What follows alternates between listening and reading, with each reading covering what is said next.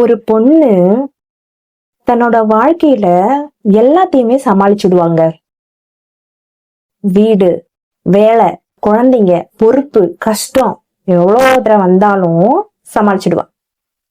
ஆனா அவரோட கணவர் அவர் கூட இருந்துகிட்டே அவரோட அன்பு கிடைக்காத போது அவளுக்கு ஏற்படுற அந்த வலி வேற லெவல். இன்னைக்கு நான் பேச போறது, கணவரின் அன்பு கிடைக்காத பெண் என்ன உணர்கிறாள். ஓகே, இது பெண்களுக்காக மட்டும் இல்லைங்க, கணவர் கண்டிப்பா பாருங்க, கணவர்மார்கள் கண்டிப்பா பாருங்க. ஏன்னா சில நேரம் நம்ம யாரையாவது காயப்படுத்திக்கிட்டே இருக்கோம், ஆனா காயப்படுத்துறோன்னே தெரியாத வாழ்ந்துட்டு இருக்கோம். ஒரு பெண்ணுக்கு திருமணங்கிறது வெறும் தாலி மட்டும் கிடையாது. ஓகே, அவ இனிமேட்டு தனியா இல்ல. ஓகே, இனிமேட்டு எனக்காக ஒருத்தர் இருக்காரு அப்படிங்கிற ஒரு ஃபீலிங், ஒரு அன்பு, ஒரு அரவணைப்பு, ஒரு நம்பிக்கை, ஒரு சந்தோஷம், உரிமை, இப்படி ஏகப்பட்டது சொல்லிக்கிட்டே போலாம். ஏன்னா அதுதான் அவளுடைய எதிர்பார்ப்பாங்க இல்லையா? சோ இதோடதான் அவங்க அந்த திருமண பந்தத்துக்குள்ள நுழையிறாங்க.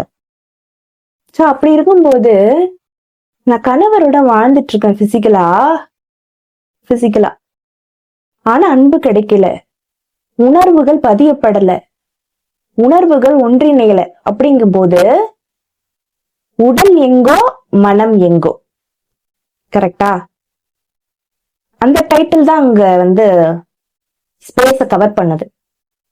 ஓகே, இப்படி கணவர் ஒரு நெருக்கமாவே இல்லாத பேசாத ஒரு நேரத்துல ஒரு பெண் சைக்காலஜிக்கலியே ஜென்ரலா என்ன நினைப்பான்னா, என் மேல அன்பா இல்ல, என்கிட்ட அவர் பேசல, நான் அழகா இல்லையா, என்ன அவருக்கு பிடிக்கலையா, நான் அவருக்கு ஏத்த மனைவி இல்லையா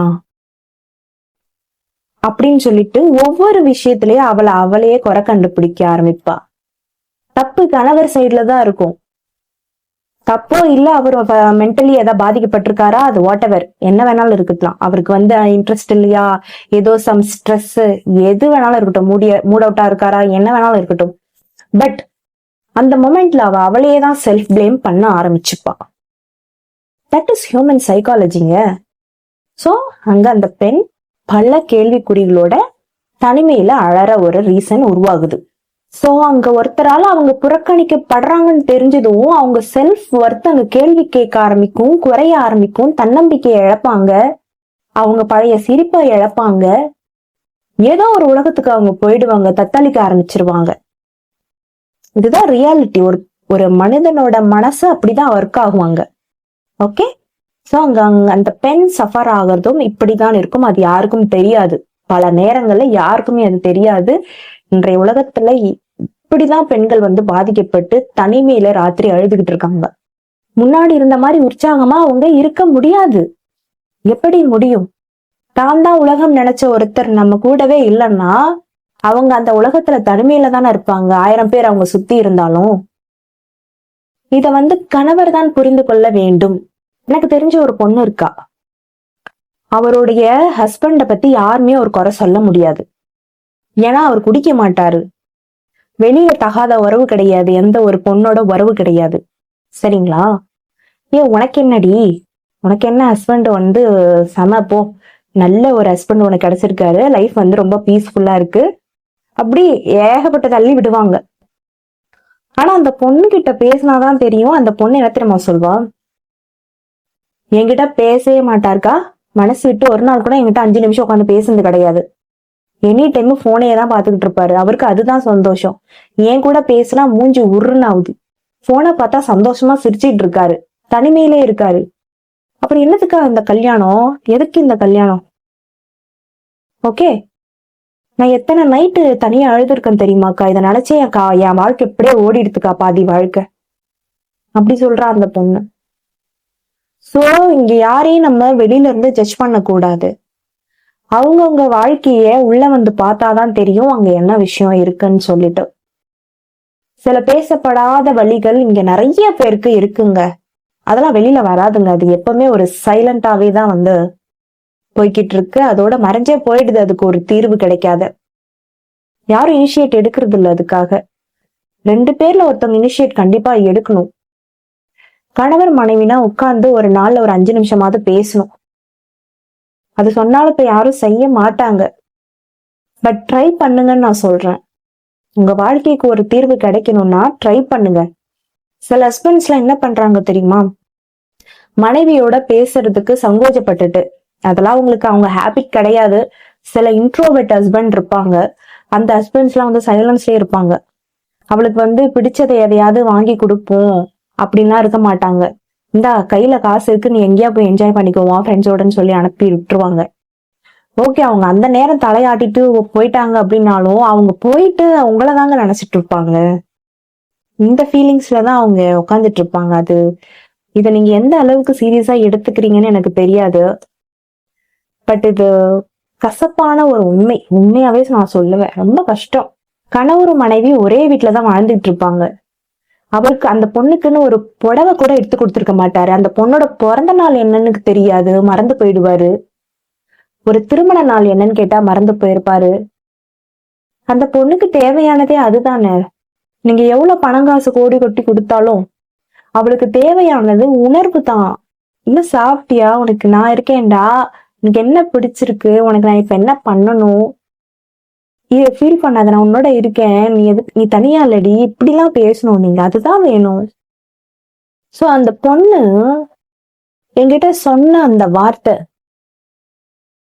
அக்கா என்ன அவங்க அடிச்சிருந்தா கூட பரவாயில்ல, அந்த வலியை எனக்கு தெரிஞ்சிருக்காது. அவங்க இப்படி பேசாத ஒரே வீட்டுல இருந்துகிட்டு நான் தனிமையில வாழறேன் பாத்தீங்களா, அந்த வலி வந்து எந்த பொண்ணுக்கும் கிடைக்க கூடாதுக்கா. ஆனா அந்த பெயின் என்னன்னு என்னால ரியலைஸ் பண்ண முடியும். என்னால ஒருத்தரோட வலியை புரிஞ்சுக்க முடியும். அப்படிப்பட்ட இந்த உணர்வு எனக்கு இருக்கிறதுனாலதான் பல பேரோட நான் பேசின அந்த வலிகளை இப்ப நான் உங்ககிட்ட பேசிட்டு இருக்கேன். என் வாயில இருந்து வர்றது எல்லாமே உண்மை சம்பவத்தின் அடிப்படையிலான அனுபவங்கள். எனக்கு தெரியும் இந்த வீடியோ பாக்குற எத்தனை பேர் இதை அனுபவிச்சுட்டு இருக்காங்க அப்படின்னு சொல்லிட்டு. அந்த பெண்ணோட உணர்வுக்கு வந்து யாருமே இதை புரிஞ்சுக்க முடியாது. அவ யாருக்கிட்டையும் இதை சொல்லவும் முடியாது. என்னன்னு சொல்றது? என் ஹஸ்பண்ட் என்கிட்ட பேச மாட்டான்னு சொன்னா, உனக்கு பேசலன்றது பிரச்சனை.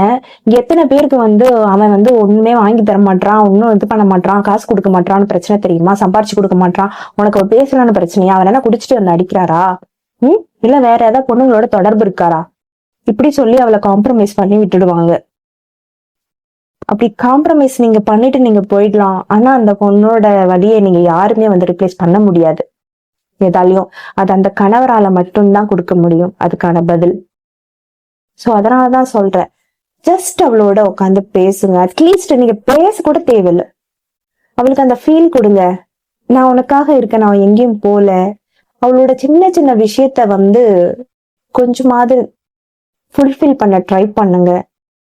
அவளுக்கு என்ன தேவைன்னு உங்களுக்கு கண்டிப்பா தெரியும். ஒரே வீட்டுல வாழறீங்கன்னா கண்டிப்பா அது தெரியும். ஈகோனால அதை எதையுமே வந்து தட்டி கழிக்காதீங்கன்னு நான் சொல்ல வரேன்.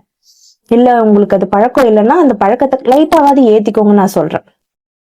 உங்களுக்கு அந்த ஹேபிட்ஸ் எல்லாம் இல்ல, இதுல என்ன பேசுறதுக்கு அப்படின்னு சொன்னா கொஞ்சம் மாத்திக்க ட்ரை பண்ணுங்க. ஓகே, உட்காந்து பேசணும். உங்களுக்கு எதுவா இருந்தாலும், பிரச்சனை எதுவா இருந்தாலும் மனசு விட்டு பேசுங்க. மனசு விட்டு பேசினாதான் பிரச்சனைக்கு தீர்வு கிடைக்கும். இங்க பல கணவன் மனைவிகள் பேசுறதே கிடையாது. வாழ்க்கைய வாழறமேன்னு சொல்லிட்டு வாழ்ந்துட்டு இருக்காங்க. சாப்பாடு செய்யறாங்க, சாப்பிடுறாங்க, குழந்தைய கவனிக்கிறாங்க, அது நம்ம பொறுப்புன்னு சொல்லிட்டு. பட் அவங்களுக்கான பர்சனல் ஸ்பேஸ் இங்க வந்து யாருக்குமே சந்தோஷத்தை கொடுக்கறது இல்ல. அதெல்லாம் நம்ம பார்க்கணுங்க. இது 2 பேருக்கும் இந்த பொறுப்பு இருக்கு. கணவருக்கும் இருக்கு, மனைவிக்கும் இருக்கு. இதுல இப்போ நான் பெண்களை பத்தி பேசுறதுனால கணவர் கொஞ்சம் இனிஷியேட் எடுங்க. உங்க வாழ்க்கை ஏதோ ஒரு மாதிரி ஆஃப் ஆயிருக்கும். அந்த ஆஃப் என்னன்னு கண்டுபிடிங்க. கண்டிப்பா அது உங்க 2 பேருக்குள்ள இருக்கிற இந்த சின்ன ஒரு விஷயம்தான் உங்களை இந்த அளவுக்கு கொண்டு வந்திருக்கும். அதை எப்படி மாத்தலாம் ட்ரை பண்ணுங்க. இது ஒரு பெரிய விஷயம்லாம் இல்ல. நீங்க இதுக்காக போயிட்டு எங்கேயாச்சும் போயிட்டு சம்பாரிச்சு கொண்டு வந்துடலாம். உங்க 2 பேரோட மனசுதான் காரணம். கொஞ்சோண்டு ஈகோ எல்லாம் தள்ளி வச்சுட்டு, கொஞ்சோண்டு அந்த ஷைனஸ் இருந்தாலும் கொஞ்சம் தள்ளி வச்சுட்டு மனசு விட்டு பேசுங்க. வாழ்க்கை வந்து இன்னைக்கு இருக்கும்போதுதான் நீங்க வாழ முடியும். நாளைக்கெல்லாம் அதை நீங்க திரும்பி பார்க்கும்போது அந்த பர்சன் அப்போ அந்த டைம்ல இல்லாத போது நீங்க ஃபீல் பண்ணி யூஸே கிடையாது. வேஸ்ட். இன்னைக்கு இருக்கிறவன் நாளைக்கு இருக்க மாட்டான் வாழ்க்கையில. இன்று அதுவும் இந்த காலத்துல இந்த ஜெனரேஷன்ல உலகம் எப்போ அழியும் அப்படின்னு எதிர்பார்த்துட்டு இருக்க இந்த காலத்துல மனிதர்கள் நம்ம பக்கத்துல இருக்கும் போதே வாழ்க்கையை அனுபவிக்க பழகிக்கோங்க. அதான் நான் இங்க பதிவு பண்றேன். ஓகே, சோ ஒய்ஃப்க்கெல்லாம் நான் ஒண்ணு சொல்றேன். சோ பெண்கள் ஸ்பிரிச்சுவலா இது நான் ஒண்ணு சொல்றேன். நம்மள யாரா இருந்தாலும் நம்ம வாழ்க்கையில நம்மள ஒரு பாடம் கத்து கொடுக்குறாங்க. இப்ப உங்க கணவர் உங்களை தனிமையில விடுறாருன்னா நீங்க உங்க செல்ஃப் ரெஸ்பெக்ட எப்படி காப்பாத்திக்கணும் அப்படின்னு சொல்லி அவர் கத்து கொடுப்பாரு இன்டைரக்டா. ஓகே, இது கர்மா பேலன்ஸ் தான். சோ நீங்க உங்க வாழ்க்கை எப்படி வலிமையாக்கலாம் அப்படின்னு சொல்லி யோசிங்க. நம்ம யாரையும் டிபெண்ட் பண்ணி இருக்க கூடாது. ஓகே, ரொம்ப எமோஷனலா ஒருத்தவங்கள்ட்ட அடிக்ட் ஆகக்கூடாது. ஐயோ அவங்க இல்லைன்னா அப்படின்ற அந்த மாதிரி ஒரு அந்த லைனுக்கே நீங்க இடம் கொடுக்க கூடாது. அவங்க இல்லைன்னா நான் இருக்க மாட்டேன், அவங்கதான் அப்படின்னு நீங்க யோசிக்காதீங்க. சோ அவர் அப்படி உங்களை விலகி இருக்கும்போது நீங்க உங்களை எப்படி வலிமையாக்கலாம் அதுக்கான பீரியட் தான் அந்த கடவுள் உங்களுக்கு அந்த சாப்டர் கொடுத்திருப்பாரு. சோ இதை நம்ம இப்படிதான் ஸ்பிரிச்சுவலா நம்ம எடுத்துக்கணும். அதுக்காக அதுலயே சோர்ந்து போயிடக்கூடாது. நம்ம அவரை நம்பி இந்த உலகத்துக்கு வரல, புரியுதுங்களா? நான் எல்லா லேடிஸ்க்கும் அதான் நான் சொல்வேன். நம்ம அவரை நம்பிலாம் வரல. ஜஸ்ட் நம்ம ஒரு உறவு இணைக்கப்பட்டிருக்கோம் ஏதோ ஒரு காரணத்துக்காக. இந்த திருமண பந்தம் ஒரு கர்மா, அந்த கர்மாவுக்காக நம்ம இணைஞ்சிருக்கோம்.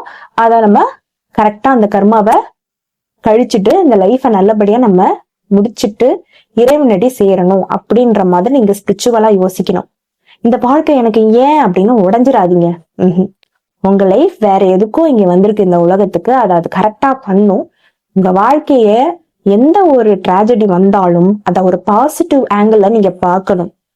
ஓகே, இந்த பிரச்சனை இப்படி இருக்கா, ஓகே நான் அதுலயே இல்ல, அவங்க மாறுறாங்களா மாறலையோ, என்ன நான் யாருக்காகவும் மாத்திக்க மாட்டேன், அப்படி யோசிங்க. ஓகே, இந்த மாதிரி உண்மை பேசுற வீடியோஸ் பிடிச்சிருந்தா சப்ஸ்கிரைப் பண்ணுங்க. சத்தம் இல்லாம ஆனா ஆழமா மனசு பேசும். நன்றி.